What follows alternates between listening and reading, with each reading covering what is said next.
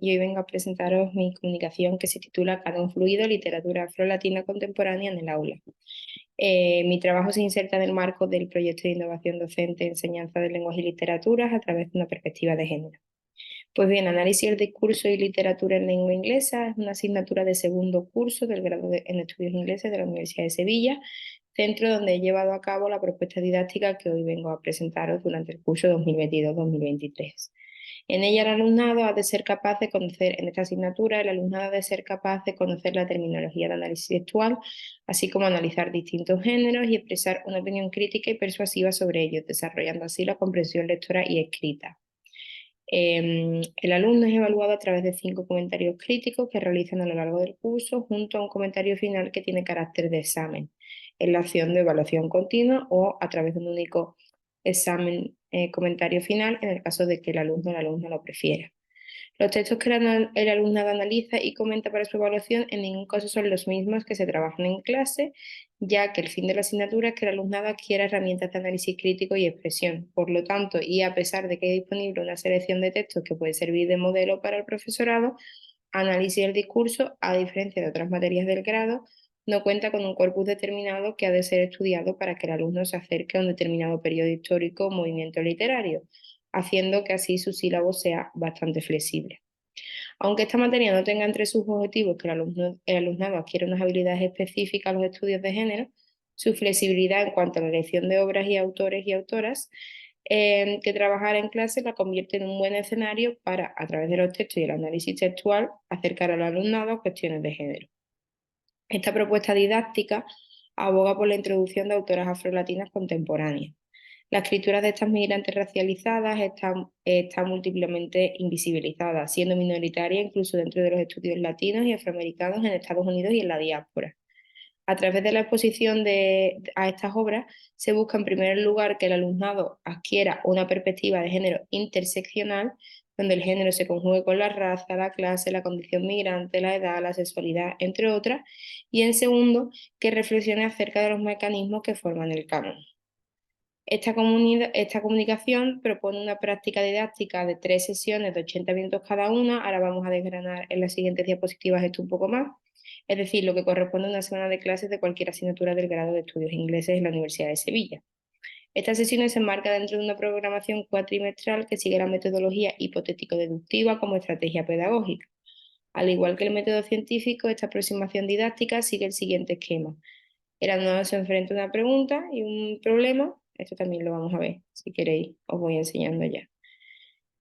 A un problema pregunta y plantea una hipótesis. El profesorado, que actúa como guía, realiza una actividad de contraste en la que se provee al alumnado con nueva información, gracias a la cual el alumnado llega a una nueva hipótesis y finalmente se lleva a cabo una puesta en común.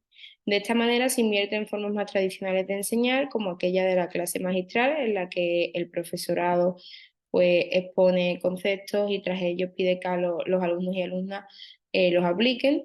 Cuando el alumnado es partícipe e interviene de forma activa en su propio aprendizaje, es decir, es el propio alumnado quien descubre este aprendizaje, se convierte en una experiencia resultando más significativo y por tanto su recuerdo se prolonga más en el tiempo. Cada semana los y las alumnos y alumnas tienen un objetivo o problema específico. La primera sesión de forma más introductoria y la segunda se dedican a trabajar en torno a este problema.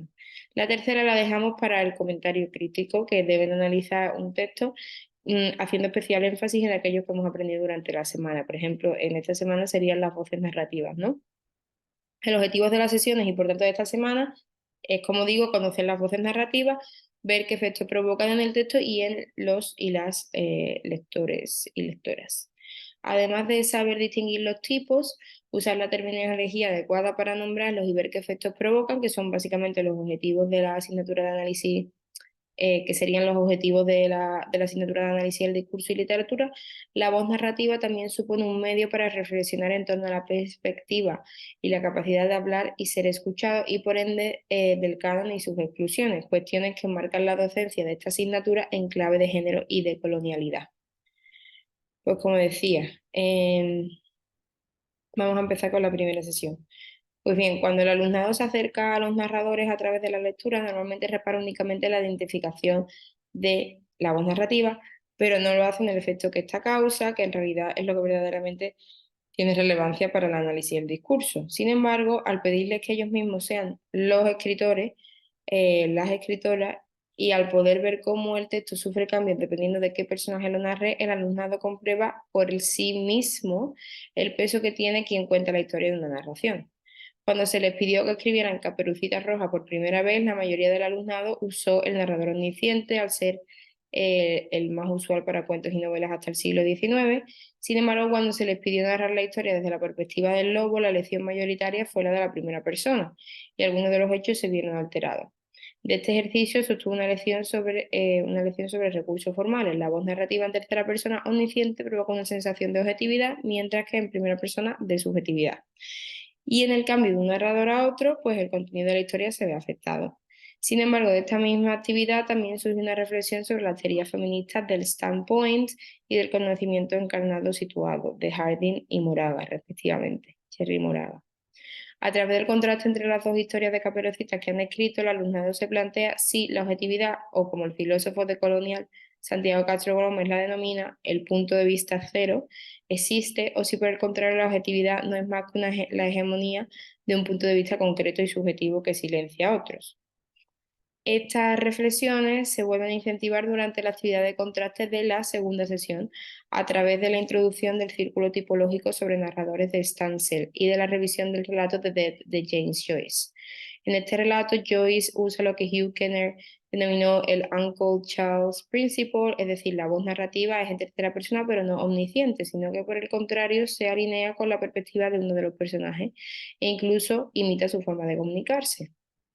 Este estilo fomenta las conversaciones sobre la pretendida neutralidad y objetividad. Las teorías del conocimiento encarnado, por tanto, no son las únicas provenientes del feminismo decolonial que la actividad de contraste Caperucita contada por el lobo trae al aula. A través de esta actividad, las clases se acercan a las teorías postcoloniales de Gayatri Spivak acerca de quién puede hablar y ser escuchado. Con la ayuda de la profesora, en este caso de la profesora guía, el alumnado se cuestiona si es usual conocer la perspectiva del malo del cuento o el que ha sido narrado como tal, ha sido categorizado como tal. Extrapolamos la figura del lobo a cualquier comunidad o individuo como el lobo que adquiere la posición del otro, de un yo que tradicionalmente en la historia y en el canon literario ha sido un hombre blanco, europeo, cis normativo. La clase piensa en conjunto y de manera interseccional si es posible que la historia de individuos feminizados, racializados, migrantes, etcétera, se escuchen y formen parte del canon.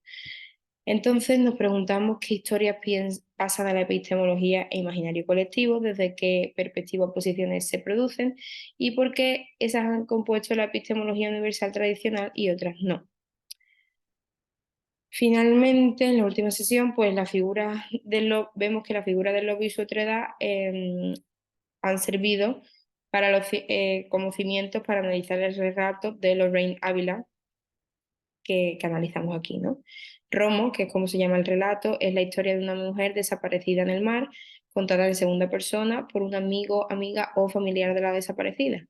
A través de esta voz narrativa descubrimos que la protagonista es en realidad una mujer dominicana que emigró a Nueva York persiguiendo el sueño americano e intentando abandonar la precariedad económica de su país y que tras volver a su isla natal para lo que se presupone que es disfrutar de su jubilación, desaparece. El desengaño tras comprobar que ni el sueño americano, ni la vuelta a casa, ni el sentimiento de pertenencia y bienestar que se les presupone son reales, llevan a la protagonista a una adicción al alcohol y a lo que parece ser un suicidio en el mar.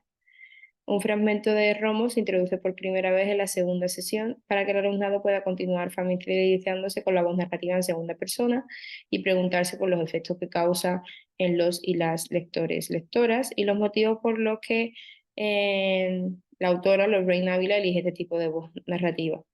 Se observa que la reflexión que tuvo en lugar en torno a la figura del lobo ha tenido calado, ya que algunos alumnos comienzan a preguntarse si la autora decide usar la segunda persona para reflejar que la protagonista de esta historia no puede hablar porque en efecto ha fallecido en el mar, siendo el narrador entonces una clave más para entender el relato y la desaparición definitiva y trágica de la protagonista. Algunos alumnos y alumnas exceden lo más estrictamente necesario, lo más estrictamente literario, perdón, y haciendo gala de la perspectiva feminista y decolonial que han ido adquiriendo durante las sesiones, comentan, por un lado, la posición desde la que se produce el discurso, precariedad, migración, imperialismo, racismo, falsas esperanzas y oportunidades en Estados Unidos, adicción, y por otro mencionan a Spivak y su texto ¿Puede el subalterno hablar?, para explicar cómo los sistemas de poder, como el patriarcado o la colonialidad, se entrelazan para hacer que la voz de una mujer migrante del sur global no sea escuchada.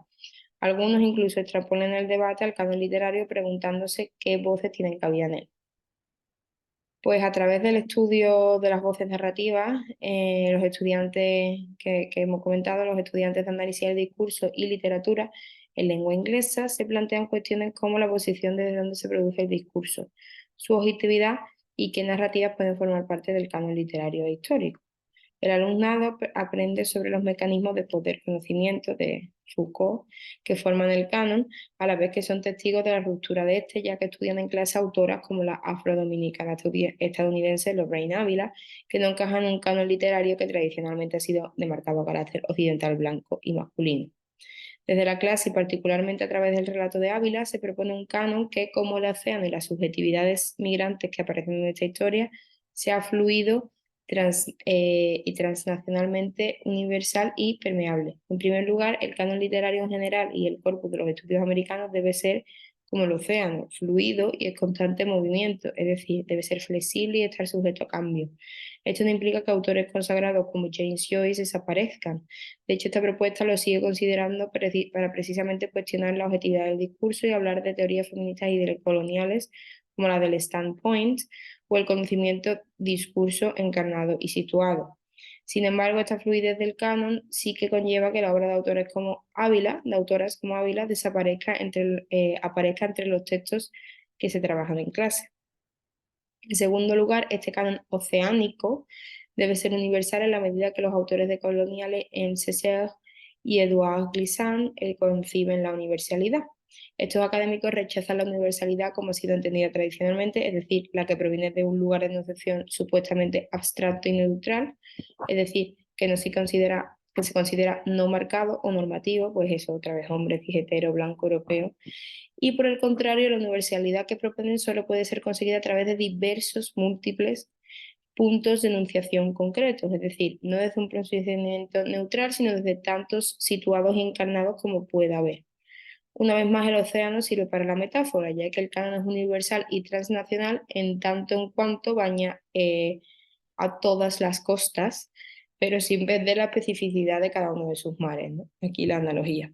Por último, el canon y el corpus oceánico que promueve esta propuesta debe ser permeable con las diversas realidades históricas y contemporáneas, es decir, no debe estar ajeno al mundo que les rodea, sino que debe permanecer en un continuo vaivén, como el de las olas, con el mundo exterior.